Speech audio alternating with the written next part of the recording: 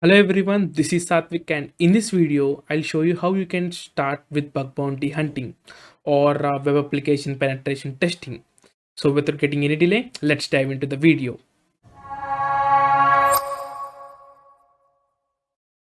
So guys, first of all, really thank you for all your support. And if you want to connect to me personally, you can check out my Twitter and the LinkedIn. The links are in the description. And if you want to share your doubts or if you are having any queries, you can check out my Discord server. It's a community page. The link is in the description as well. So guys, this particular question, like how to get start with bug bounty hunting or web application penetration testing is like mostly asked on the internet as well as on my channel. So in this video, I'm going to share some of my methodologies or some of the things that I use it to learn this particular skill. So see, bug bounty hunting is like, let me take an example. Let me explain you by taking an example. Let's think there is a website called as Google, or there is a company Google. So it needs to check whether its website is secure or not, so that the end users, like clients, can access that without hassle or there is no problem to their data. So that's the reason why some companies, like any companies, hire some ethical hackers, or you can call it like anything, and they provide some funds or they provide some goodies or anything like hall of fame or anything like that, uh, to take the help of these ethical hackers in order to fix these vulnerabilities, the security vulnerabilities. So that will be the role of a bug bounty hunter in bug bounty hunting. Okay, so there are some few important skills that you need to learn. Okay, so those are like before getting started to the bug bounty hunting, you need to learn some few things. The first one is the networking and the cryptography. So it is always like alphabets in cyber security. Like it is always a better way to learn these things before diving into the main topics. So I'm going to share some resources as well. So if you go to the TryHackMe, so I'm only going to provide some free resources, and also I'm going to share these resources, okay, in the description below. You can do check them out. So this is this particular room or box, you can call it anything, which is being provided by TryHackMe. So you can make sure you can learn some important or some basic information regarding networking, or you can always go through some guides from network check or some other channels that are available out there on YouTube, or you can do learn it from any book or anything as well. But learning it practically will always help. So you can also consider this particular resource, like this particular box, to help you in your learning path. And there is also a box for cryptography. So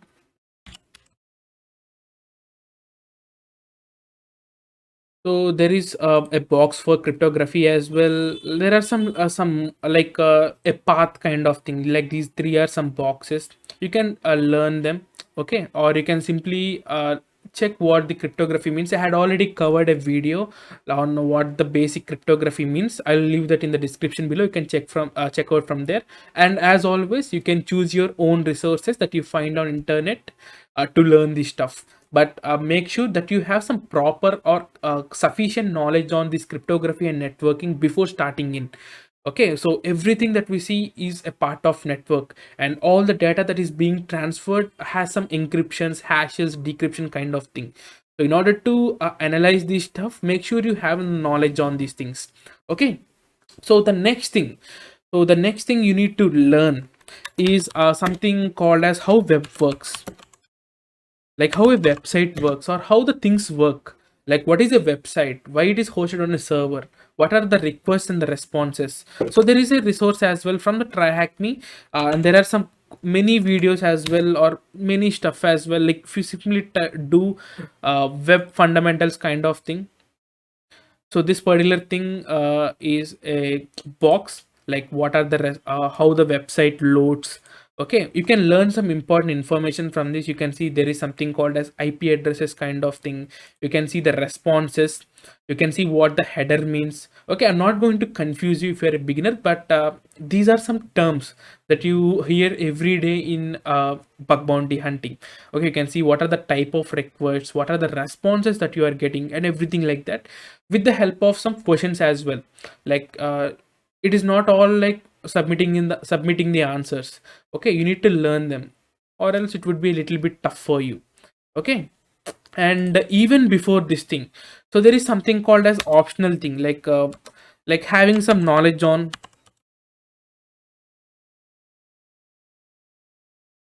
some website languages, like website languages, like web languages, like JavaScript. Okay, HTML is the basic thing. CSS. Okay, and some other languages, some other stuff like JSPs and etc etc. There are many technologies that are being implemented by the websites. Okay, like having some basic information, and also I forgot to mention PHP. Okay, so these are some like I'm not asking you to master this thing. Okay, like having some sufficient knowledge, because ultimately a website runs on these things. Okay, so it would be better for you to have some knowledge, and also it is always a better thing to have a knowledge on how the database works. So with the help of something like SQL, you can learn these things. Okay, SQL DBMS, you can learn these things. Okay, so like these are some optional stuff, but if you consider like a computer science student, then you'll know all these things. But if you are just now starting the stuff, then you need to learn these as well. Learning in the sense having some knowledge on what the things happen here. Okay, so this will be always helpful for you, but if you know them, you can skip ahead. Okay, so these are some things like how web works and stuff. And now there are some resources. Okay, like once you had understood how the web works and stuff, you need to start looking how the website responds, like what are the requests that are being sent to the sent from the client side to the what you call the server side. Okay, for that you need to have something called as proxies. So proxy in the sense, not in the proxy chains manner, but something like a burp suit, or you can also have JAP. Some people use JAP proxy. Okay, so burp suit offers two versions. It is being maintained by Portswigger, a community edition as well as a professional edition. You can choose anything, but for beginner, community edition is fine. And there is something also called as JAP proxy. So this is something being maintained by OWASP. Okay, something being maintained by OWASP. So having some knowledge on, like if you started looking into what are the requests, like if you started looking for the requests and the responses, then you will have some knowledge. Like once after looking how the web works and stuff, looking into this burp suit requests and the responses will help you understand what are the things that are going in and out. Okay, so once you understood these things, and also for burp suit there is a detailed video, but you don't need to master these tools. Okay, like if you are able to view the requests and the responses, it would be more than sufficient. Okay, and then comes the real part, the OWASP top 10. So every year, OWASP is a company, open source web application penetration project.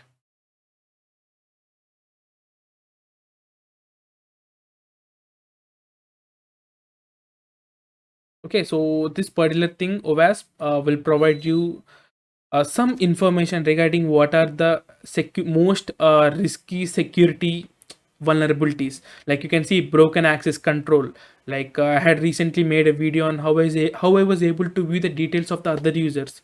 So it is a bit tough here. Like it is more risky here. Like if you keep on going down, the risk factor decreases. So you can choose any one of them. Like make sure you have some basic knowledge on these things, like what a broken access control is, what are the cryptographic failures. Like let us think there is a website which handles a lot of sensitive data, and let us assume that they are not storing the data in a hash format or in an encryption format. Then if a hacker got an access to the database, then he can view all the clear text. Okay, so with the help of cryptography, you can implement something like hashes, hashing stuff, hashing, encryption, and decryption stuff here. Okay, and coming to the injections, there are various injections like SQL injection and everything like that. Okay, SQL injection, command, remote command execution, etc. like that. And there are security misconfigurations. So if you take an example, like if you take a router or anything like that. So by default, the router has a password of an admin and an admin. So the misconfiguration is like if the person on the server side doesn't configure the particular server properly, then it could lead to some attacks. Okay, and there are some outdated components, like there is no proper update kind of thing, authentication failures, data integrity failures. These are some simple things, like you can simply click on them, you can read them. Okay, you can read them. Okay, like you can see the description and stuff, what are the things happening, some CVs and etc etc. Okay, so I would request or I would suggest you to look into these things. Okay, so 2021 is the latest one, and even we are in the 2021. So make sure you check out these things, like what these particular vulnerabilities affect or how these particular vulnerabilities affect the website. Okay, so make sure you have some knowledge over them. Okay, so even this part takes a lot of time. Okay, you can watch some resources of on YouTube, or there are some resources on TryHackMe, or there are some courses on Udemy as well. You can check out them. Anything is fine. Okay, it's completely based on your convenience and not judging anyone. Okay, so coming to that, so this is going to take a lot of time. Okay, like it is better to invest a better much time here, like understanding how the vulnerabilities works and stuff. Okay, and now comes the real part. So you need to practice the stuff. So practice in the sense, I would suggest you a simple thing. So let us take an example. So like if you want to hunt bugs on broken access control,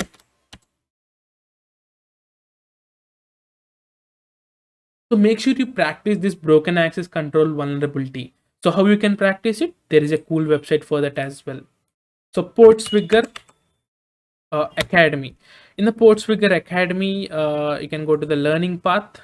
I'll provide you the links for them. Okay, no need to worry.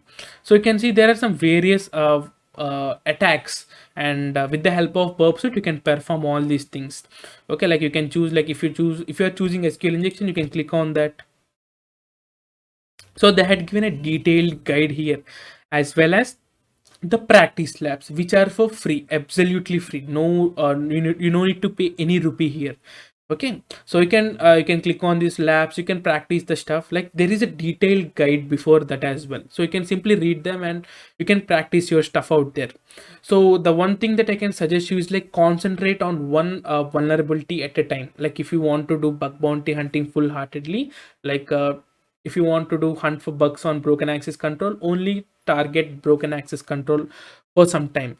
Okay, but if you are able to find some vulnerabilities, or if you want to change something, you can again go ahead and you can hunt for something like SQL injection. So basically or personally, I hunt for broken access control vulnerabilities on the websites. Okay, so that is my strategy. So it's completely your choice. Okay, you can choose any one of them and you can do the stuff.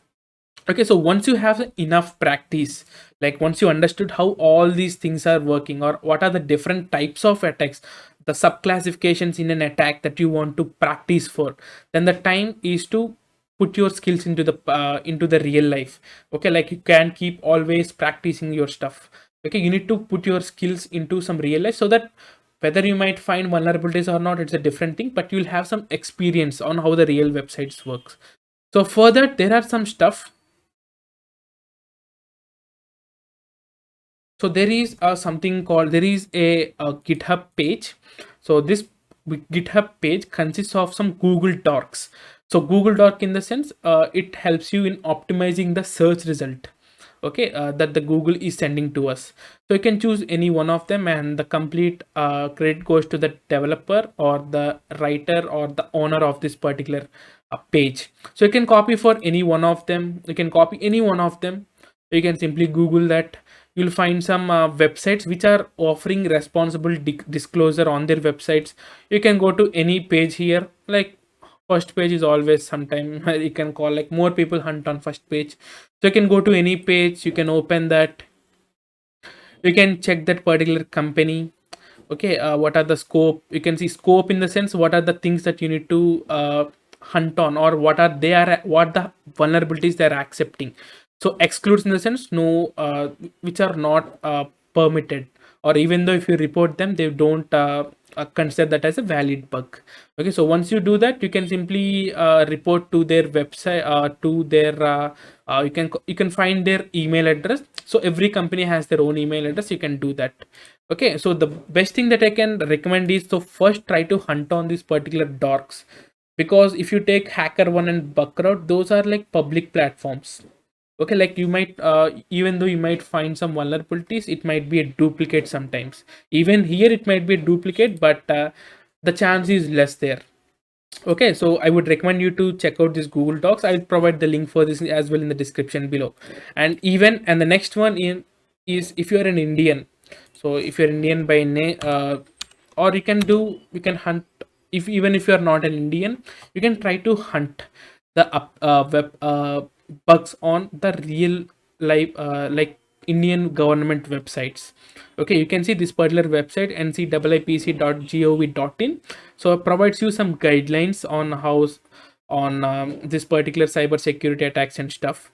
So most the main purpose of this particular website is like it's like a portal for the researchers, for the security researchers or the ethical hackers to report the vulnerabilities of the Indian government websites to that to this particular organization, so that they fix it. Okay, you can see there is a vulnerability disclosure form. You can find out the links. Okay, you can also see like where you can mail to as well. Okay, like vulnerability disclosure, you can see rvdp@ncipc.gov.in. You can report to that. Okay, so like that you can try to report your stuff. So for the first time, for the beginner level, I would suggest you to hunt on these things. Okay, most probably some private programs or on NCIIPC. So it will gain you some experience. Okay, like ultimately a good experience will makes you good in the real life as well. Okay, so once you got some proper knowledge on all these things, then you can go to some websites like HackerOne. Okay, HackerOne or Bugcrowd. You can go to any one of these websites and you can start hunting. And also remember, no need to hurry for anything. Okay, if you find it, it will be fine. If it's not, if you're unable to find it, just leave it and try once again. Okay, so like no need to get panic, or no need to get anything like that, like other people are finding bugs I was unable to find out. So no need to panic for that. So that is it guys for this video. I hope I have provided some resources to start with bug bounty hunting. So these are some resources that I used, and if I missed any resources or anything, you can please put them in the comment section. I will do check them out, and if they are really helpful, then I'll pin them down. Okay, so this is Satvik, and I hope you really liked watching this video, and in the next part I'll cover some bug bounty recon steps that you can perform on some real life websites. Okay, so make if you like this video, make sure you like it and do share with your friends who are really interested in stuff. This is Satvik signing off, and I'll meet you in the next video. Thank you.